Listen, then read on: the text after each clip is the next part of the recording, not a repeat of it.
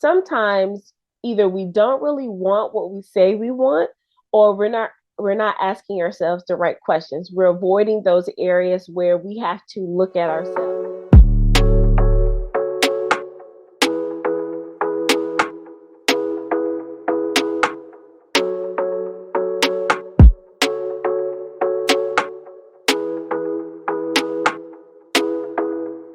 Hi everyone, Dr. Vernita White. You're a brilliant solutionist, and I help you embrace your brilliance, expand your life, expand your business, and help you explore untapped potential and possibilities in multiple areas of your life. We are continuing with the self-expansion personal growth plan series, and I'm just breaking down the steps, everything that it takes for you to start considering how to expand your life. We hear about wanting more, wanting to do more, I feel more, but there's steps that we need to take in order to get there.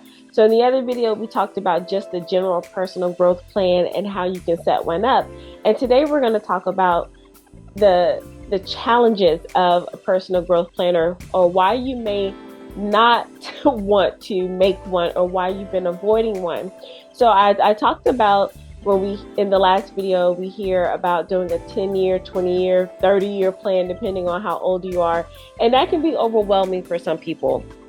Some people are fantastic at thinking, big picture, and then they freak out about the smaller steps. And some people are better at doing the smaller versions, the 30 days, 90 days, 6 months to a year, even up to 3 years, but they freak out at the bigger picture. But whatever the case is, you get to decide. And that's what I'm all about when I work with clients is, yes, I have a framework and a structure that I guide you through, but you are really in control of you. But I do push you to do the opposite of what you've been avoiding.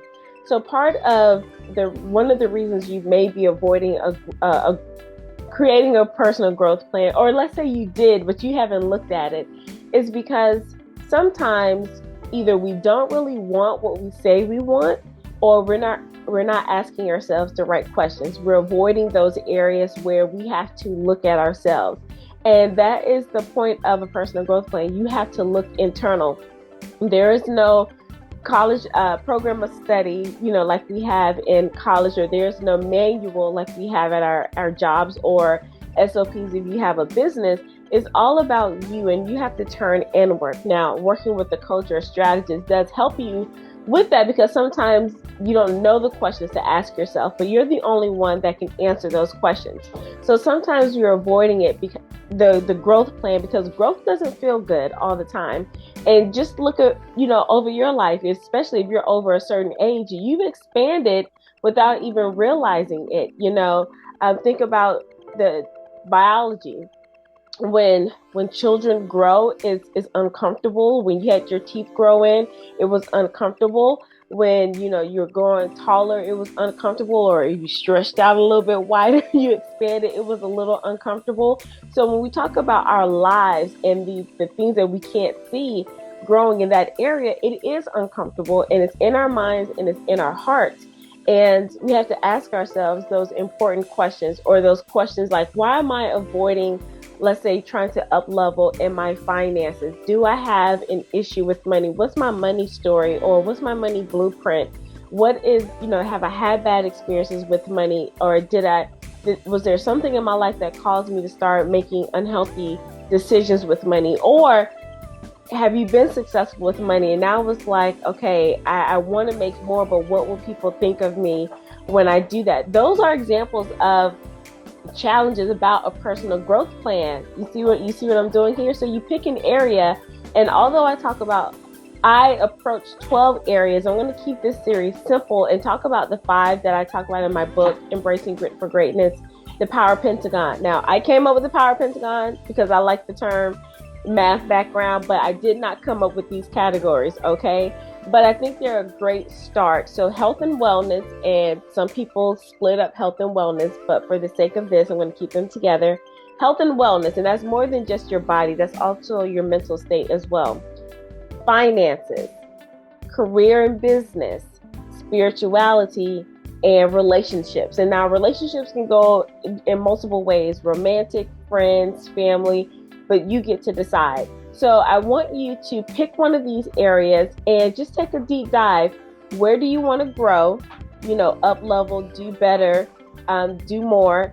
But then what are you avoiding in those areas that may have stopped you from growing in that area? So I gave you an example with the money, and so you can use that and then apply that to another area. You can do it with health and wellness. If you wanting to release a certain amount of weight and you find yourself always having the same goal every year or every few months, then you have to ask yourself, what am I doing to cause that weight to come back on? What are the habits that I'm doing that why I'm not releasing, a certain amount of weight? The food, do I have certain people in my life that triggers me? So those are the things, and people don't want to do that.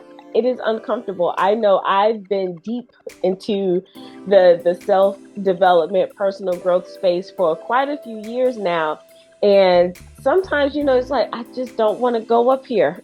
But if we want more and we say we want to go to another level and we want to improve our lives, we have to focus on the challenges and think about and ask ourselves, why are we avoiding certain areas? So those were just 5, and there are 7 more if you really think about it, but don't overwhelm yourself. And that's another challenge of personal growth plans. People tend to overwhelm themselves. They come up with these elaborate lifestyle plans, and they're great, but then you don't chunk them down, right? You don't, because you don't know what you're going to do. You don't even know what you're probably going to do in the next 20 something days, right? Let alone next 20 years. But it's great to have that vision and the mission so you can stay focused, but then scale back a little bit. And if you can only do 30 days at a time, then kudos to you. Do that. That's why it's a personal growth plan. You get to go at your pace.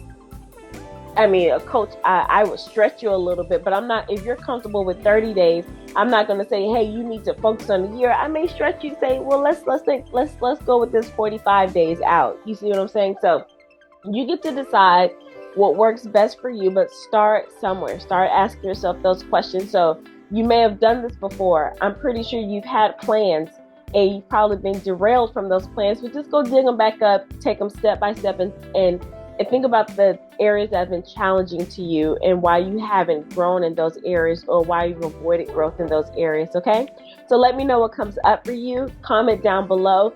Let's stay connected. If you want to learn more, connect with me through my free life class, True Brilliance, how to move from resume to reinvention.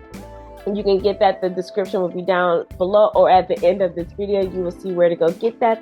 And I look forward to hearing with you and connecting with you. So as you start thinking about some challenges, I want you to remember to be well, be empowered, be bold, and be brilliant. Until next time, bye.